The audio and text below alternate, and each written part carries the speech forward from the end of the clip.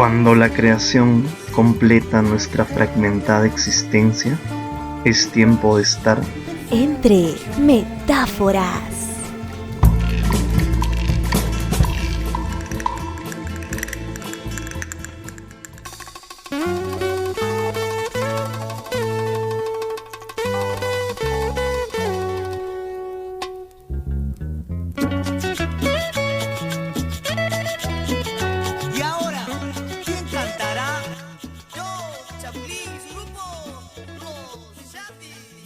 El artista visual Miguel Micha Valverde Robles es graduado como bachiller en arte por la Universidad Nacional Mayor de San Marcos y como artista plástico en la especialidad de pintura por la Escuela Superior de Bellas Artes.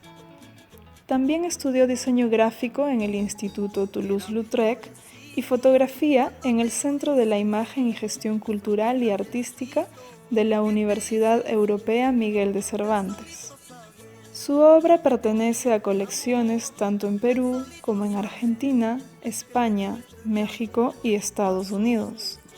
En el 2016 presentó su primera exposición individual llamada Polvo Enamorado en el Zoom Arcadia Mediática de Lima, siendo repuesta en 2 ocasiones. En el 2017, ya en Huaraz, presentó su segunda muestra individual llamada Destellos Cotidianos en el IPNA de la misma ciudad. Asimismo, ha participado en exposiciones colectivas, nacionales e internacionales. Ha realizado además curadurías y gestionado diversos proyectos a cargo del Ministerio de Cultura, de la Dirección Desconcentrada de Cultura de Ancash y de múltiples entidades privadas. Hoy, indudablemente, se destaca por explorar el arte figurativo en busca de la consolidación de un lenguaje propio.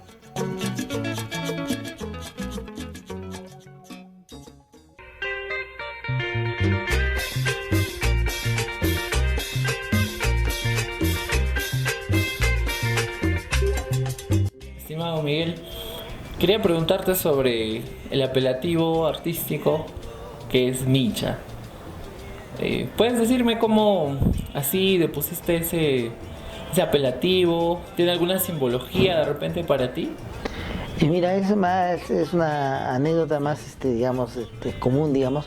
En colegio me llamaban así, Micha, que creo viene un poco por ejemplo, cuando se dice Juanacha, ¿no?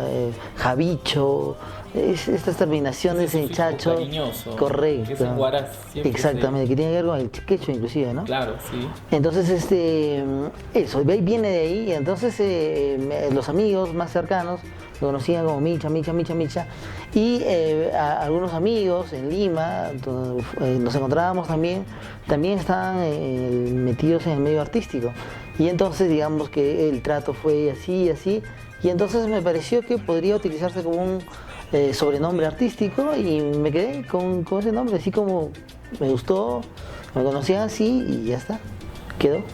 Bien. Sobre tu arte en sí, ahora me gustaría saber, tú practicas lo que es el arte al óleo, ¿cierto? La pintura al óleo. Hay diversas manifestaciones, diversos tipos de los artistas plásticos, pero tú te has enfocado solo en lo que es el óleo. ¿Por qué elegiste esa característica principal, ¿no?, de usar ese tipo de aceite? La pintura al óleo tiene la característica de, por un momentos, puedes hacer un trabajo como que muy suelto, muy rápido, pero también te da la posibilidad de esperar que seque y trabajar la pintura por capas. Y en esas capas se pueden lograr efectos, se pueden lograr degradés, se pueden lograr efectos lumínicos interesantes. Entonces yo creo que es una técnica muy versátil. Y al ser versátil a mí me permite trabajar mucho de lo que yo quiero, texturas, enfoque de luz, lo que se llama transparencias de color, ¿no?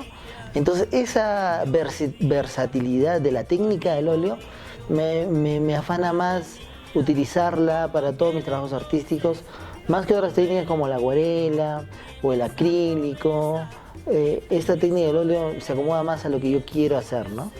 Es por eso que digamos, te demoras un poco más que de repente otros artistas para poder manifestar, para plasmar, ¿no? Por Sí. las capas, precisamente que me dices que... Correcto, es un trabajo de más tiempo, ¿no? De más calma, de más proceso, ¿no? Entonces, y demora más, así es. Y bueno, ahora quisiera saber sobre los motivos que te inspiran, que son básicamente cuerpos, las formas humanas, que tú me hablabas acerca de todo nace del bodegón, ¿cierto? De la manzana para poder retratar las imágenes del rostro y después partir de lo que tú has plasmado. Así es. El estudio, tú puedes aprender a pintar con una manzana. Entonces en esa manzana tú puedes ver la luz, el color, las sombras, la sombra propia, la sombra proyectada, el reflejo. Todo tú puedes aprender a pintar con una manzana. Y en el cuerpo humano tú tienes que aprender a dibujar los huesos, los músculos. Entonces desde esa cosa interna vas haciendo el retrato o la figura humana. Entonces, ¿para qué? Para que no pierdas proporción, para que todo se vea en su lugar, para que tenga expresión el rostro o el cuerpo. Entonces es un proceso de aprendizaje de años, de tiempo, desde la Escuela de Bellas Artes, después se sigue aprendiendo y en verdad todo el tiempo sigues aprendiendo algo, ¿no? Entonces este proceso finalmente es el que con la experiencia te va dando algunos resultados y de hecho que los resultados a más tiempo deben esperarse que sean mejores, ¿no? Ahora hablando un poco sobre las exposiciones como artista ya que has hecho, individuales, encontramos que hay junto a la exposición de Lipna, ¿cierto? Tenemos acá destellos cotidianos y polvo enamorado, que son la muestra artística de lo que es Micha en pintura. Particularmente me llama la atención acá algunos retratos muy interesantes: Esterapa Huaguán, Magdalena, Poncho Negro, I Am a Dream, 2013. ¿Qué quieres representar con estos retratos? ¿Podría ser de repente el rasgo físico, los sentimientos, la subjetividad humana? ¿Qué es lo que buscas con estos cuadros de esta muestra? En general, con el retrato busco no solamente expresar el sentimiento de la persona o el personaje retratado, sino también quiero retratar su idea, ¿no? Entonces, por ejemplo, hay un cuadro que es el de la Magdalena, que es un retrato de una chica joven, ¿no? Sensual, digamos, pero que tiene una calavera, ¿no es cierto? Sí. Y la calavera está asociada a la muerte, ¿no? Entonces, ahí hay un contrapunto entre la vida que representa la chica, ¿no? Sensual, alegre, y el contrapunto que lo da la muerte, la calavera. Y además tiene que ver también, por ejemplo, con la historia del arte, que se refleja en la Magdalena bíblica, ¿no? Sí. Esta mujer que, digamos, es liberal, ¿no? Es prostituta y después se transforma por el hecho de la religión, ¿no? Entonces, en la pintura occidental, ese hecho de transformación ha sido representado por la muerte. Se muere y se nace una nueva vida, ¿no es cierto? Y entonces, pero esta es una Magdalena como más regional, más ancashina, más peruana, ¿no es cierto? Y entonces, no solamente estoy retratando la belleza de esa chica o la juventud de esa chica, sino también las ideas que están detrás de cada elemento que está en el cuadro. El símbolo del desierto, el símbolo de la calavera, la medalla que tiene acá. El fondo oscuro. El fondo oscuro como de tormenta, ¿no es cierto? El jarrón de flores, de estos jarrones de flores o estas pequeñas casitas de flores que vemos alrededor de las carreteras, ¿no? De donde gente ha muerto. Entonces, todos esos símbolos cojo y los junto con el retrato y entonces trato de que haya una lectura más allá de la expresión, De la literal, diríamos. sino también simbólica de la idea, ¿no? Entonces es un poco la intención de escoger los personajes, y después darles una interpretación, darles una lectura más allá del propio rostro, de la propia fisonomía, ¿no?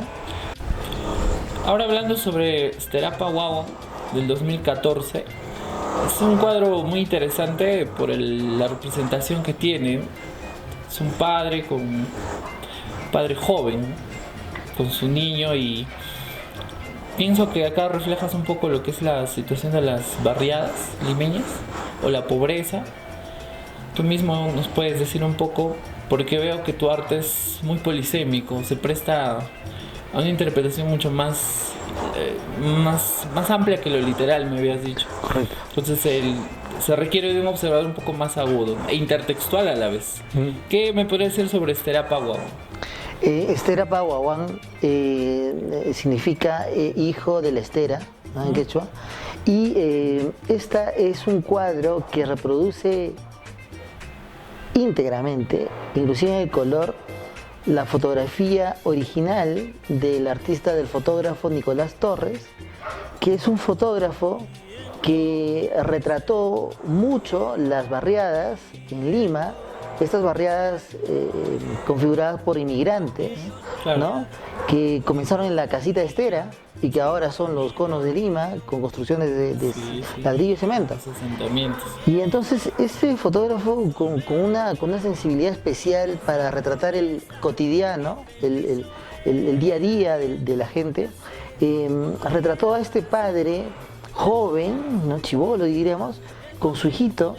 Y entonces me pareció extraordinario porque usualmente el gesto de protección a los hijos está asociado a la madre, ¿no? Claro. Siempre está asociado a la madre, ¿no? La madre es la protectora, la madre es el padre es el que abandona, el padre es el que nos interesa, etcétera, ¿no? Y esta imagen, por lo tanto, da un poco la contra a eso y nos dice que hay padres, y de hecho que los hay, que cubren esa función de protectora, de protectores, tal como la madre. Entonces, en este caso es un padre que está alimentando a su hijo, ¿no? Y el entorno en el que está, obviamente, es un entorno de esas primeras inmigraciones, de pobreza, ¿no? De Sí. asentamientos humanos. De provincianos. Correcto. básicamente, ¿no? Así es, ¿no? De gente de la sierra que va a la costa a buscar un futuro.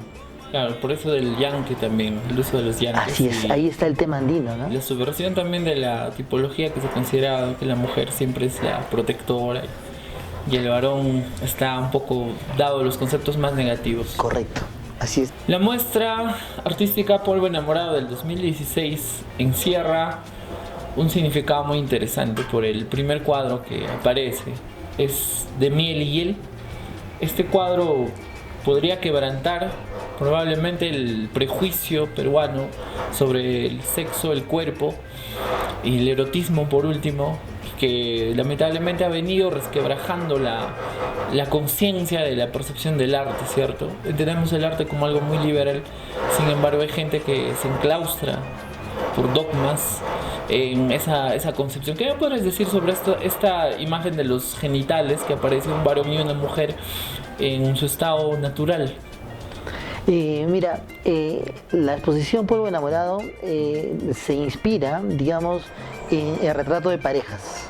Entonces todos los 6 o 7 cuadros que hay ahí son retratos de parejas. Sí, Y claro. entonces cada retrato, cada cuadro tiene que ver con diferentes tipos de símbolos, temas, etcétera, ¿no? Entonces, ahora, toda esta inspiración, toda esta motivación para hacer esta exposición viene de los cuadros iluminados. ¿Cuáles eran los retratos iluminados? Seguramente ustedes en la casa de los abuelos o en la casa de los padres han visto unas fotitos que parecen como fotografía o medios pintados de la pareja de abuelos, de la pareja de padres, del niño. Estos eran retratos, fotografías, blanco y negro, que eran pintadas, retocadas con polvos de color o retocadas con pincel, con acuarela o con tintas especiales, y que durante los 80, 70 se volvieron una tendencia y están en todo el Perú. Tanto que esos cuadritos es parte de nuestra estética popular. Son los retratos iluminados o llamados comúnmente monos. Y hasta ahora se hacen ese tipo de retratos, y yo trabajé un tiempo haciendo este tipo de retratos, pero ahora ya no se hacen mucho a Perú, sino se mandan a México. En cantidad exponencial, miles de retratos anualmente se mandan a México. Entonces, como yo trabajé ahí, me llené, me involucré en el tema y finalmente salió este tema de hacer una muestra artística en base a parejas. Yendo al cuadro, el cuadro representa de manera un desnudo, pero no de manera, digamos, sofisticándola, sino siendo directos, ¿no? Entonces, natural. directos, ¿no? Una pareja probablemente después del coito, ¿no es cierto? Está descansando y ahí está el tema del pene, la vagina, y hay ciertos elementos simbólicos que rodean, las flores, ¿no es cierto? Que era el tema romántico, pero no son unas flores, digamos, naturales en el sentido que tienen colores naturales, sino son flores azules, fucsias, ¿no? Entonces, ahí hay un tema también de artificialidad. Y además hay unos elementos que delfines. Claro, los delfines, ¿no? Los delfines que unen finalmente el círculo, hacen el círculo del amor, ¿no? Se compenetra. Esta pareja se hace uno solo a través de este símbolo. Pero también hay símbolos de discordia. Por ejemplo, hay un alacrán y hay una tarántula escondidos entre las rosas, que quieren decir un poco que el amor o las relaciones afectivas o las relaciones sexuales no solamente son relaciones de afecto positivo, sino también hay relaciones de odio, de venganza, de desencuentro, ¿no? Donde se disocia ya. Donde se disocia, correcto, ¿no? Entonces, estos son un poco las ideas que están en torno a este retrato que podríamos decir de las partes genitales del hombre y la mujer.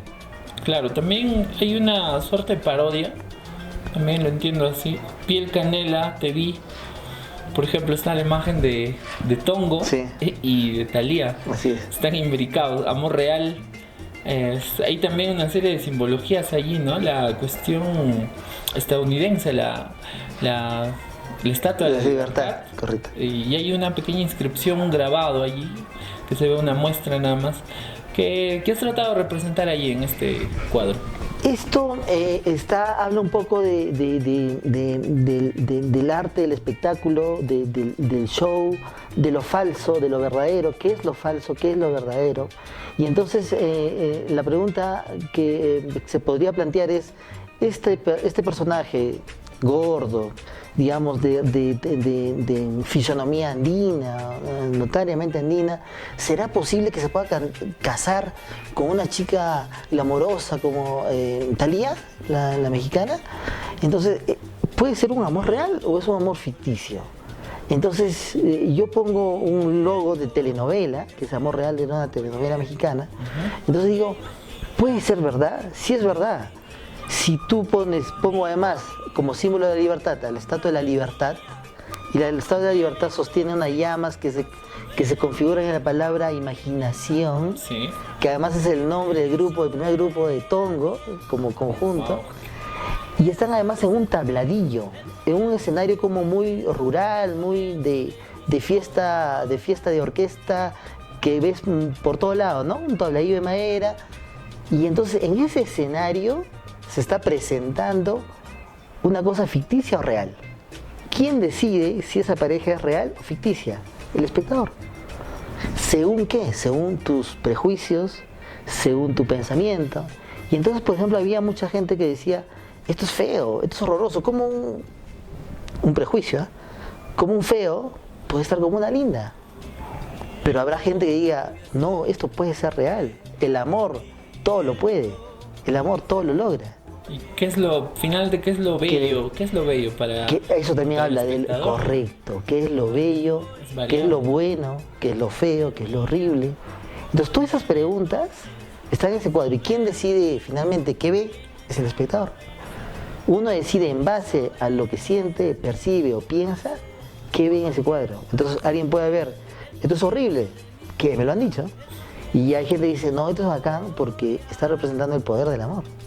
Claro, qué interesante las imágenes que tú mismo encuentras y las asocias. O sea, no es al azar, definitivamente. No es al azar. Es una investigación exhaustiva para ver cómo encajo tal imagen, como me dices, ¿no? El primer grupo, cómo se llamaba, el título de la novela. Si un espectador solamente lo ve de manera muy literal, pareciera algo así que pasa desapercibido. Sin embargo, guarda Hay muchos todo un significados, sentido. hay todo un Así significado es, incluso sí. para una misma historia. Así En es. literatura se podría crear muchas historias a partir de las imágenes que estás creando. Correcto. Y eso, digamos, es un cuadro, digamos, en mediano en complejidad, pero el cuadro final, por ejemplo, que es la pareja de Arguedas con Chabuca Granda, y está Nicomés Santa Cruz a un lado, están los Chapis, ¿no? Está Juaneco y su combo, están en una barca que se mete en el Amazonas o en un río de la selva hacia el horizonte, hay un paiche, hay kiwicha, está la Inca Cola, está el pisco. Entonces hay una idea de peruanidad. Está Arguedas vestido como danzante de tijeras, Sí. está en su saco, está diseñado con imágenes de Guamán Poma Ayala, y tiene una medalla grandísima, que es una medalla que se asocia a Tupac Amaru. Pero el gato ahí está. Pero está el gato este chino de los chifas, El gato chino que llama a la buena fortuna. Sí. El blanco llama a la buena fortuna, el amarillo llama a la riqueza económica. Claro. El blanco es a la buena fortuna. Entonces, y Chabuca Granda tiene un equeco al centro, Equeco, sí. en un corazón de la Virgen Dolorosa. Este corazón de espadas, inspirado en la Virgen Dolorosa, que tiene 7 espadas clavadas, está representado, esas espadas están cambiadas por las armas que se han utilizado a lo largo de la historia del Perú en sus diversos conflictos. Conflictos precolombinos, conflictos coloniales, está el arcabuz, conflictos republicanos, la guerra con Chile, y está también las armas del conflicto armado subversivo de las últimas décadas. Entonces este corazón peruano está, digamos, clavado por estos conflictos, por estas guerras que han habido, internas y externas, pero al centro tiene el equeco, que representa el deseo de abundancia, el deseo de tener todo, ¿no es cierto?, pero en forma positiva. Entonces, eso es un poco el Perú, yo creo, ¿no? El Perú es una serie de naciones, una serie de épocas que aún no se han logrado consolidar como una nación. Tienes la selva, la costa, la sierra, el centro, el norte, el sur, los indígenas, lo español, lo italiano, lo japonés, lo chino, lo negro, lo andino, lo occidental, lo europeo, tienes de todo, lo árabe por los españoles. Entonces eso es un poco el Perú, y lo que trato de representar en este cuadro es ese estado en el que podríamos estar y necesitamos estar, que es reconocernos más, cada vez más. Entonces los costeños, los serranos, debemos ir a la selva y adentrarnos en la selva y conocer la selva y las expresiones culturales de la selva y asumirlas de alguna manera como nuestras, igual los de la selva con la costa y con la sierra. Entonces es un proceso que creo el Perú aún no enfrenta en su totalidad. Y entonces, correcto, entonces no llegamos a ser una nación aún consolidada. Pero no solamente, no, la idea no es consolidarnos en una sola idea, sino disfrutar esta variedad, esta diversidad que somos, Claro. y hacerla, enmarcarla en un solo cuadro y con eso ganarnos el mundo. Claro, una totalidad que es contradictoria a su vez, como decía Cornejo Polar. Pero en esa fragmentación está la riqueza precisamente del Perú. Acá vemos un retablo vacío que es de Ayacucho, y el fondo tiene el Huascarán, que representa nuestra zona. Callina, Así es, ¿cierto? sí. Entonces es un cuadro para analizar las manifestaciones culturales y a la vez unirnos en una sola nación, pero que a la vez tenga esas... Es necesaria en todo caso la diferencia, Es absolutamente es necesario. necesaria, ¿no? Sí, ¿Cierto? Como sí. nación. Asumirnos diversos, multiculturales, pero pensar también como unidad, ¿no? Y un poco eso es lo que ha hecho la gastronomía. La gastronomía es un tema diverso por regiones, por estilos, por cocineros o cocineras, ¿no? Pero se identifica como cocina peruana. Claro. Ahí está la riqueza, la valoración que se le da también en el extranjero. Así es. Bien, Miguel. Ahora, algo importante que quería preguntarte sobre en qué medida para ti como artista plástico de simbologías es muy importante el proceso creativo que sigues, es por pasos, diríamos, tiene sus procedimientos, o de repente tú lo haces así, al azar, en el momento que te agarran las musas? ¿Cuál es tu estilo de pintura, de creación? Picasso decía, la inspiración existe, pero tiene que agarrarte trabajando. Ajá, ¿No? ya. Entonces, y eso es, ¿no? Entonces, en mi caso, el tema es que yo busco la idea, empiezo a bocetear la idea, todo es abstracto, empiezo a encontrar el personaje que podría representar la idea, ¿no? Y luego empiezo a complementar. ¿Esto qué quiere decir? Lectura, ¿no? Información, ¿no? Después buscar también no solamente lectura, sino buscar información de imágenes, ¿no? Y ir poco a poco boceteando a mano o en la computadora, ¿no? Agarro, recorto, pego como un collage o a mano. Es un proceso que utilizo todos los recursos habidos y por haber, y hasta que llego finalmente a un boceto donde encuentre que las ideas están. Una vez que las ideas están, paso libremente al lienzo y ahí que pase lo que pase. O sea, Ya te liberas de... correcto, tengo de base el boceto, ¿no es cierto? Digo, ya, esto va por acá, pero que en el lienzo termine como tenga que terminar. Y entonces si en el lienzo yo siento que algo se tiene que modificar, en el lienzo lo modifico, borro, pongo, aumento, corto, tajo, muevo. Pero parto de esa base. Entonces ya tengo una base y en el lienzo que pase lo que pase. Entonces es un poco el trabajo arduo, ¿no? De bocetear, investigar, leer, buscar las imágenes, las referencias, etcétera. Y después ya en el mismo acto de pintar, es un poco recibir, venga lo que venga, ¿no? Y si estás como motivado, inspirado, estás con luz, con energía, ¿no? Y sale algo, ¿no? Llegas al punto exacto de la expresión. Ahora hablando un poco sobre los títulos que Micha escoge para representar lo que quizá quisiera decirla en el óleo, ¿cómo vas en ese proceso de elección de títulos? En mi caso elijo los títulos casi al final, siempre al final, porque digamos el término de pintar probablemente ha sufrido alguna variación, la idea o algún símbolo, y entonces al final escojo los títulos, ¿no? Entonces, por ejemplo, este cuadro de Arguedas y Chabuca se llama Ícaros telúricos, ¿no? Ícaros es los cantos que hacen los chamanes en la selva, ¿no? Para entrar en la conciencia, en la subconsciencia, o mientras has tomado ayahuasca, ¿no? El chamán está cantando ícaros, son cantos, ¿no?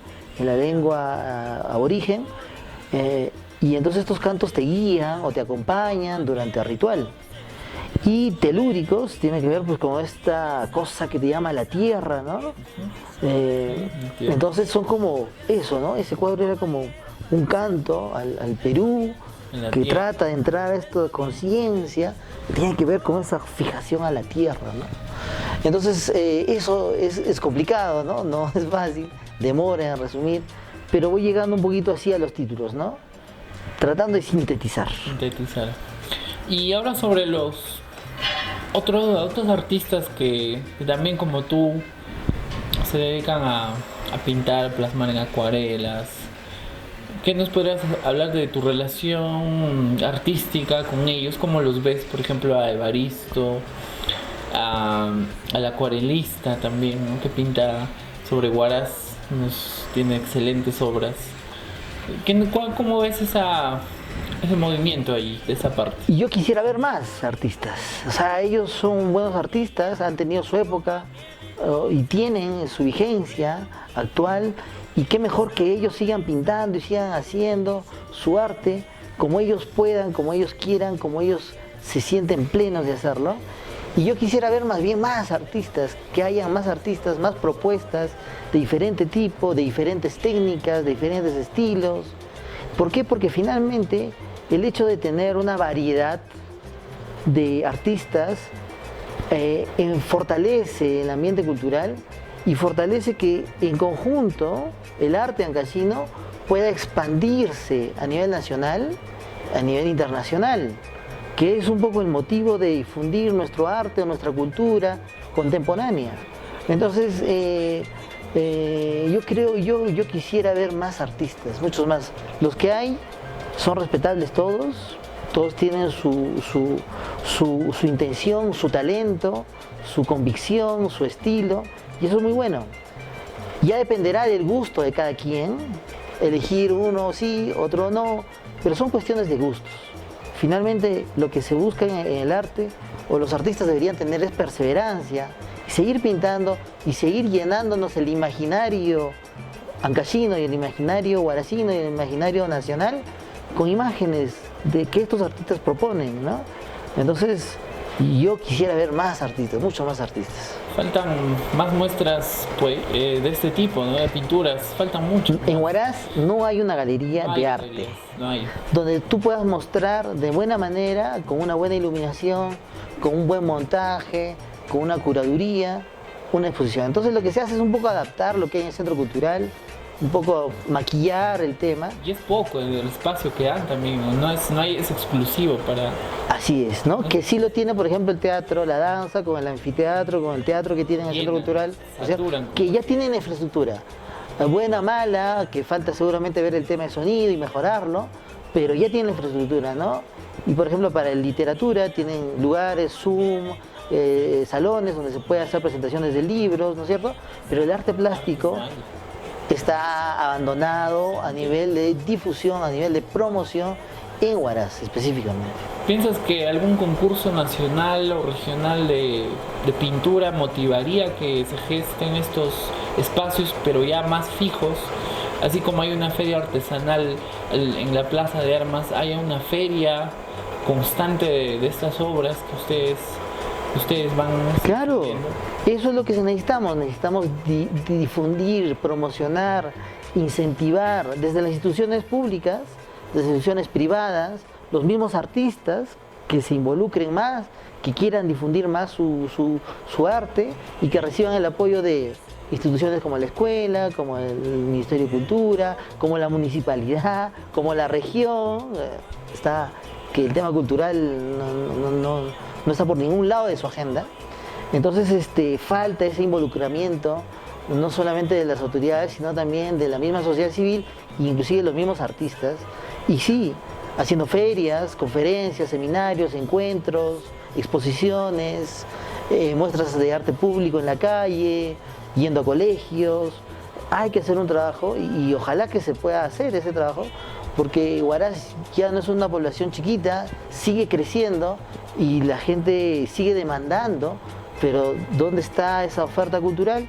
Yo creo que hay, pero no se difunde como debería difundirse, con los espacios adecuados, al nivel adecuado, ¿no?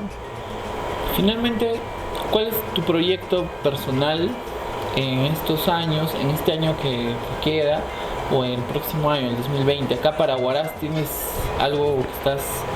Sí, tengo un proyecto personal de hacer mi tercera exposición individual el próximo año o para el 2021, y también quiero gestionar con otros colegas pintores seguramente una exposición que refleje el arte ancashino, ¿no? Contemporáneo, y que tenga representantes de la zona costa, de la zona sierra, de la zona de los conchucos, y hacer una gran exposición del arte ancashino que no solamente pueda exponerse acá en Huaraz, sino que pueda exponerse en Chimbote, que pueda exponerse en el Museo Nacional de Chavín, y que finalmente también pueda exponerse en Lima o en Trujillo. Entonces es una exposición grande del arte ancashino que ojalá podamos hacerlo con instituciones o con amigos artistas, podamos llevarlo a cabo, este proyecto regional, digamos, ¿no? Finalmente, agradeciéndote una vez más por la oportunidad de brindarnos tu arte, con tus palabras. ¿Qué podrías decirnos en unas cuantas palabras qué es para ti pintar? ¿Qué significa la pintura en la concepción de Micha? Pintar es vivir intensamente un momento, vivir intensamente una expresión que finalmente a uno lo llena como ser humano, espiritualmente lo llena como ser humano, y también le da satisfacciones materiales. Entonces pintar es una experiencia única, irrepetible, esencialmente humana, que debería poder estar al alcance no solamente de los artistas, sino a través de la contemplación, de la apreciación, para todo el público. De eso se trata un poco, hacer arte, crear arte, hacer pintura. Muchas gracias, Miguel. Gracias a ti, muy amable.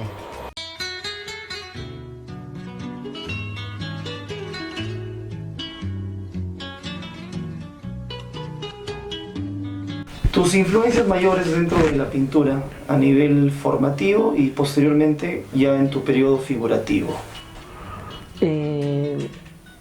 Formativo, mira, yo te diría que yo aprecio mucho el Renacimiento y el Renacimiento del pintor Rafael Sanzio, y después en la época contemporánea, en la época moderna, mejor dicho, en la época moderna, aprecio mucho la pintura del pintor Klee, que es un pintor abstracto, ¿no?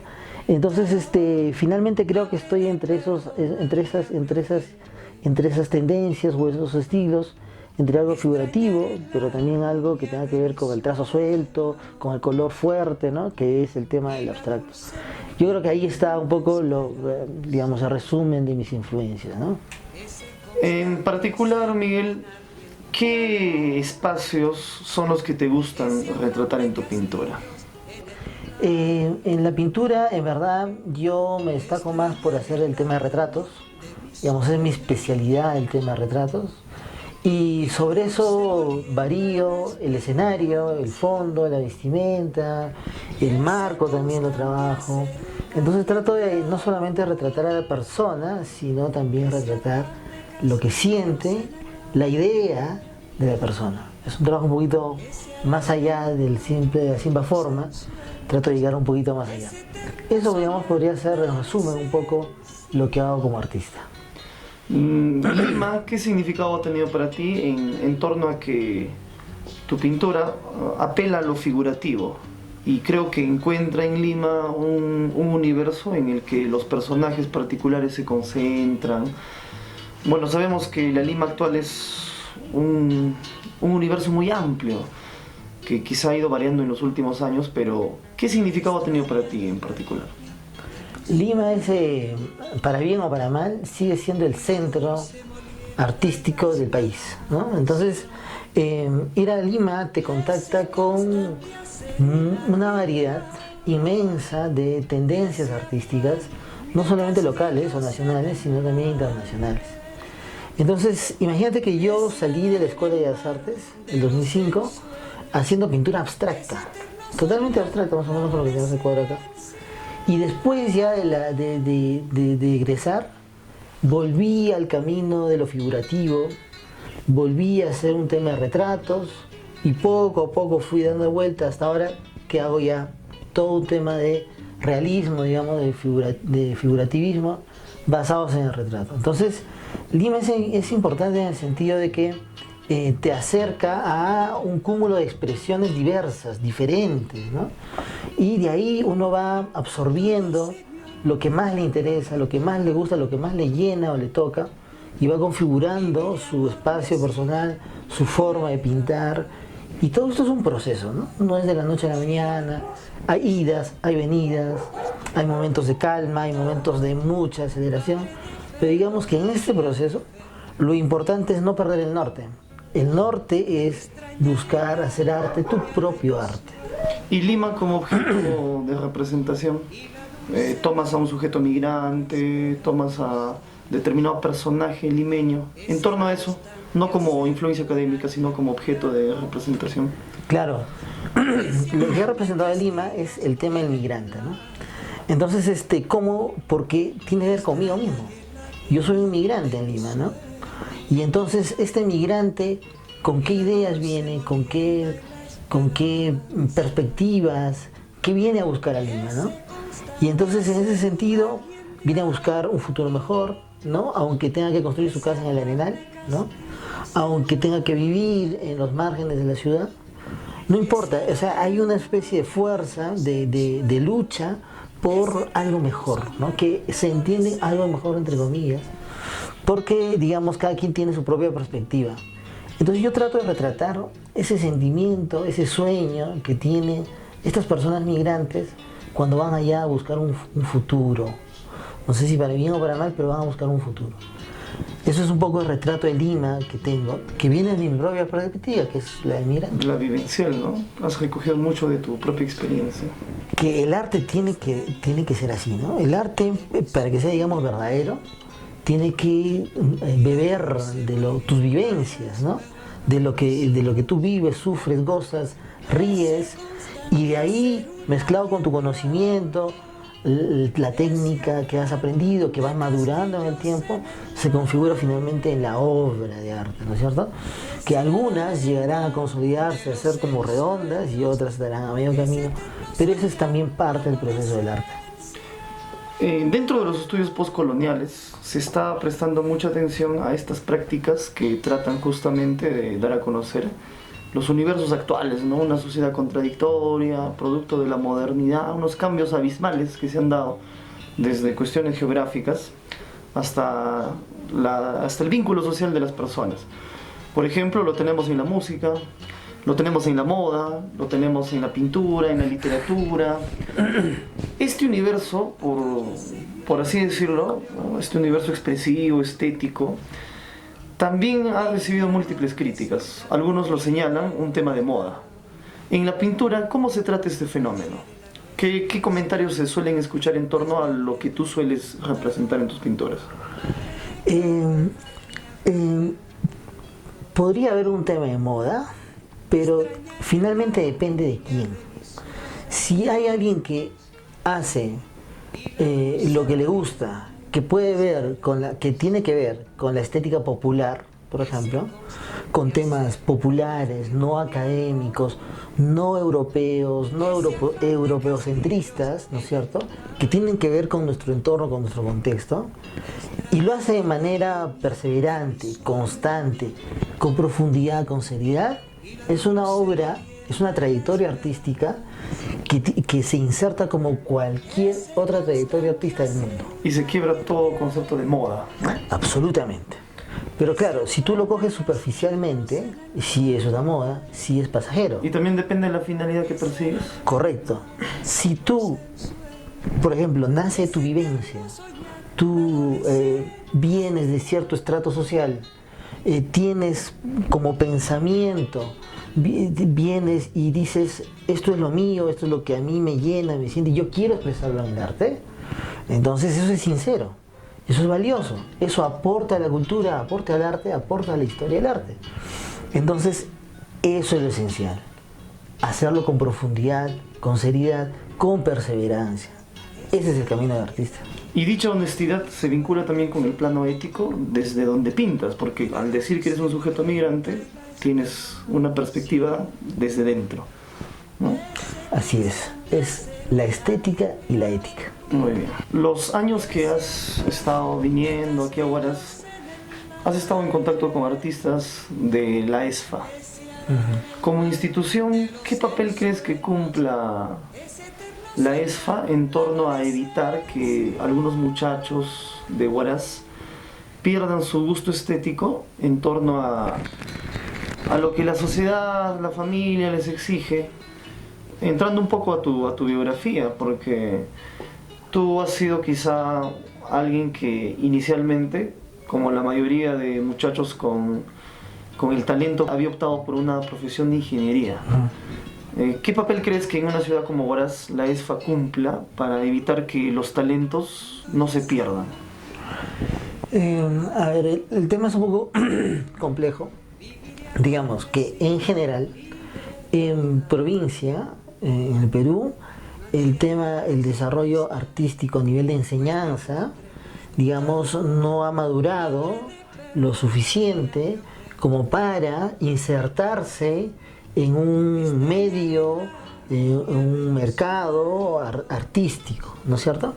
Eso no quiere decir que no haya talento, hay mucho talento en provincia, mucho talento acá. El asunto es que no hay el espacio, como debería haber, para promover ese talento. Entonces la escuela de formación artística, la ESFA, es una escuela que se aboca principalmente a la formación de docentes.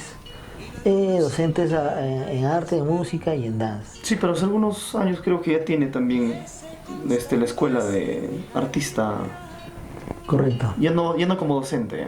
Tiene la escuela de artista profesional, que es la que de un poco con menos estudiantes, pero yo me preguntaría, ¿qué ofrece la escuela a estos alumnos, a estos jóvenes que teniendo el talento, después de estudiar en la escuela, ¿qué? ¿A dónde? Porque la escuela es una parte nada más.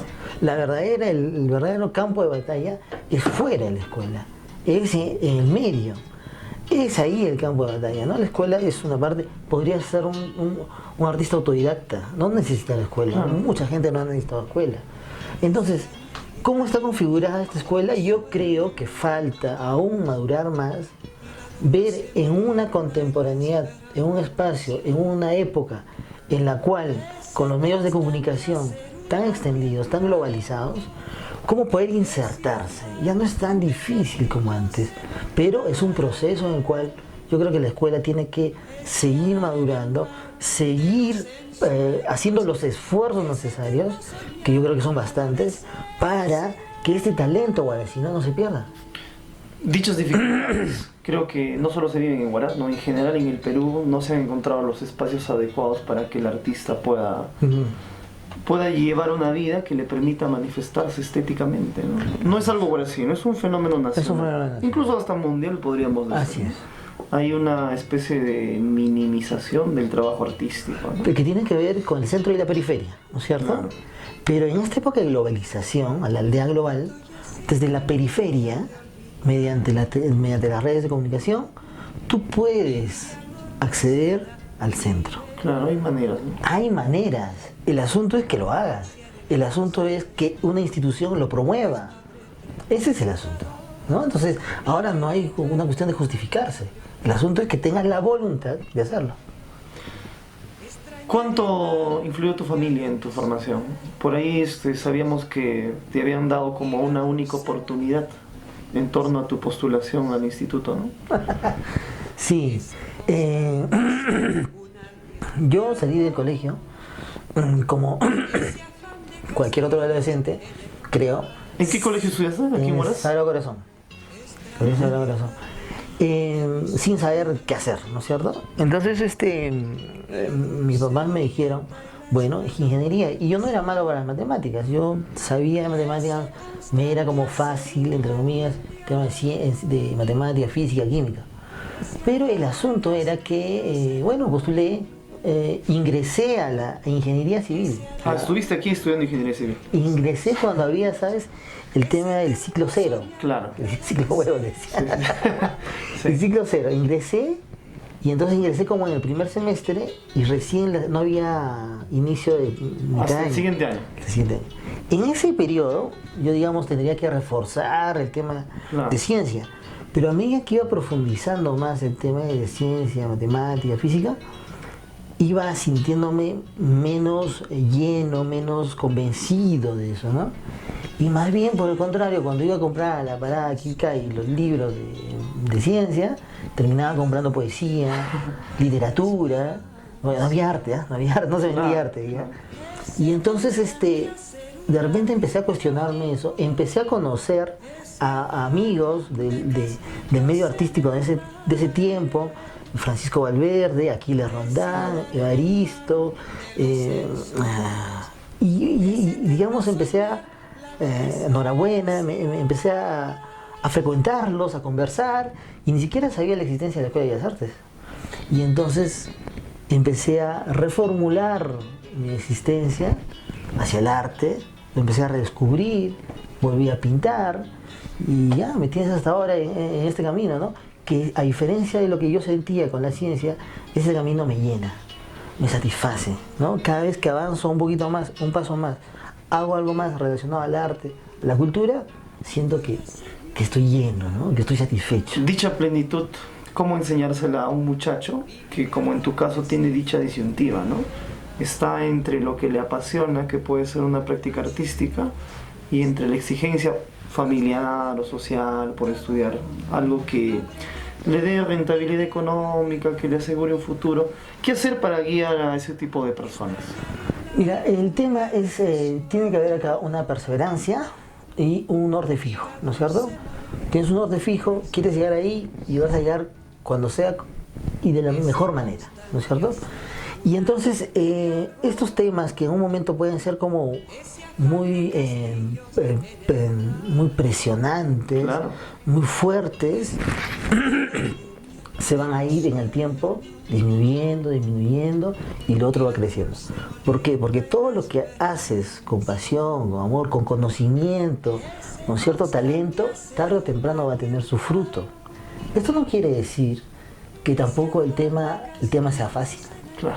No es absolutamente fácil, y menos en un medio donde el valor al arte no es un valor como se le tiene un valor, por ejemplo, a otras ocupaciones o profesiones.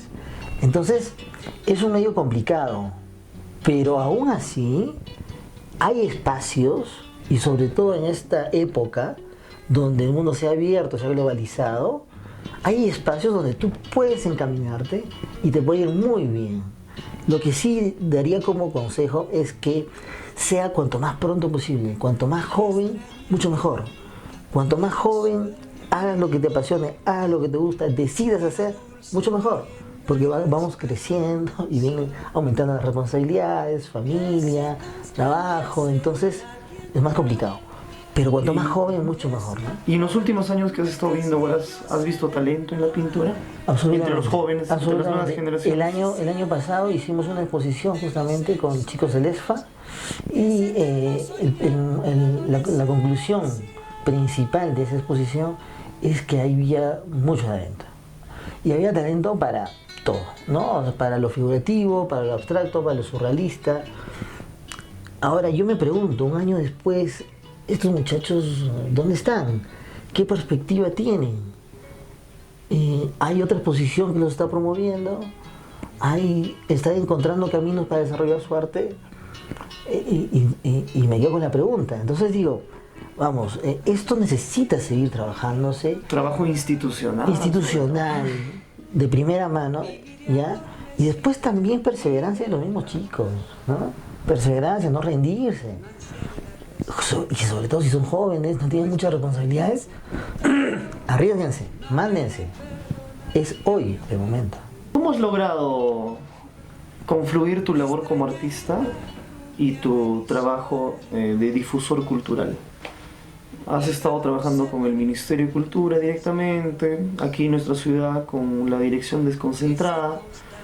El trabajo artístico por un lado y el trabajo difusor por el otro. ¿No han tenido dificultades? Al contrario, ¿te ha ayudado uno para poder sobrellevar el otro? Yo me defino como artista multifacético. Entonces yo he estudiado pintura, también fotografía, ¿no? Gestión cultural y diseño gráfico.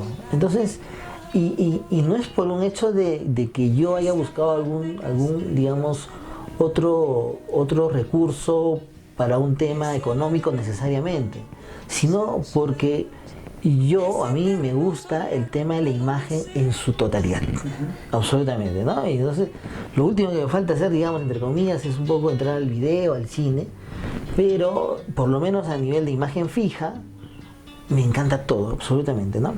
Y esto se relaciona con el tema de la gestión cultural, y la gestión cultural es un tema que se une, van de la mano, porque si tú produces algo, si tú tienes algo, si tú tienes una riqueza, si tú tienes algo que mostrar y no lo muestras, nadie absolutamente lo va a valorar, nadie absolutamente lo va a conocer, no vas a encontrar, no se van a abrir puertas, no se van a dar caminos.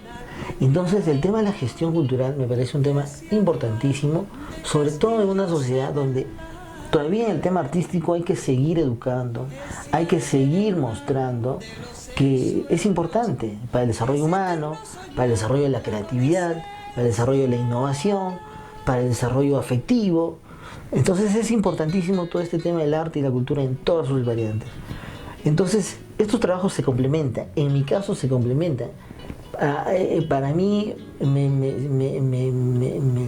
me siento muy bien haciendo ambos trabajos, diseñando, haciendo gestión cultural, haciendo pintura, haciendo fotografía. ¿Por qué? Porque tiene que ver con algo que es la imagen. Si es la imagen, yo estoy ahí. Acabas de estar por Chincha, ¿verdad? En una muestra, creo que conjunta. Así Y es. esa muestra va a seguir hasta el otro año, ¿verdad? Sí, como parte de mi labor de gestión cultural, hace 2 años hicimos un registro fotográfico de la fiesta patronal de Carhuaz, que es un tema que a mí también me apasiona mucho porque mi papá es de Carhuaz y yo parte de mi niñez la he vivido en Carhuaz. Entonces, digamos que es como mi segundo hogar, digamos, familiar. Y entonces el 2015-2017 hicimos un registro de la fiesta patronal, que además es una fiesta significativa, grande, con muchas cosas. Y esto lo traducimos en un fotolibro. Este fotolibro lo presentamos acá en Huaraz, en Lima inclusive, se presentó en Europa. Y después de esto, digamos, la secuencia del proyecto es hacer una exposición fotográfica. Esta vez hemos registrado el año pasado y este año la fiesta del Señor de Mayo. Y entonces hemos juntado las dos tradiciones en una sola exposición y por primera vez estas tradiciones ancachinas se están conociendo ya ahorita. Hace 2 días inauguramos en Chincha, en el IMNA de Chincha, en el Instituto Cultural Peruano Norteamericano, y después esa exposición en enero del 2020 se va a ir a Iquitos. O sea, por primera vez nuestras Es algo tradiciones itinerante. itinerante Ah, ya. van a estar en la selva y en Iquitos, en la capital de Loreto, una ciudad importantísima. Y después, en marzo de 2020, van a volver acá, digamos, a cerrar el círculo. En Ancash, en el Museo Arqueológico, se va a presentar la exposición. Entonces, este tema de gestión, de difusión de la cultura, a través de la fotografía, del arte, del diseño, de cualquier tema que tenga que ver con la imagen, me parece necesario en una sociedad donde todavía hay que educar, hay que mostrar lo mejor que tenemos referente al arte y la cultura. En torno a lo que es Huaraz, ¿crees que no tenemos los medios necesarios ni las plataformas para difundir a los artistas plásticos? Sí. La pintura, el ejercicio de la pintura, como creo que el ejercicio del arte en general, necesita un espacio de soledad. Necesita un espacio de apartarte del mundo, vivenciarlo obviamente, ¿no? Asimilarlo, sentirlo, pero después necesitas un espacio de soledad, un espacio de tranquilidad, un espacio de silencio. Para la producción. Para la producción en sí, ¿no es cierto? Para traducir toda esa vivencia, todo ese conocimiento en un objeto de arte, sea literario, sea plástico. Entonces, de eso viene, digamos, el proceso del arte, ¿no? Obviamente, cada artista tiene su forma de, ¿no es cierto? Entonces, alguien podría como motivarse estando en silencio absoluto, o con la música muy alta, o con bebidas, o con drogas, o con lo que fuera que sea, ¿no? Cada quien tiene su forma. Entonces, lo que falta en este medio, hablamos del medio guanacino, es que la labor que están haciendo muchos artistas Sea difundida. correcto, sea difundida. Al punto creo que en esta época hay el material suficiente, las personas suficientes que puedan dar un enfoque de difusión cultural, periodismo cultural, y difundir esto al gran público, ¿no? En Huaraz ya somos un gran público y que sigue recibiendo más gente de Conchuco, de Cajón de Huayla, de otros lugares del Perú, y sigue creciendo. Obviamente sigue creciendo desordenadamente, como sea, pero hay una demanda cultural. Si nosotros revisamos un poco las actividades que se hacen en el Centro Cultural o en otros lugares, hay eventos que se hacen semanalmente, pero no hay un cobertura, no hay un periodismo afincado, dispuesto a mostrar, no solamente de manera superficial, sino como ahora, por ejemplo, que conversamos un poquito más, ¿no? Claro. Y abundamos un poquito más del tema.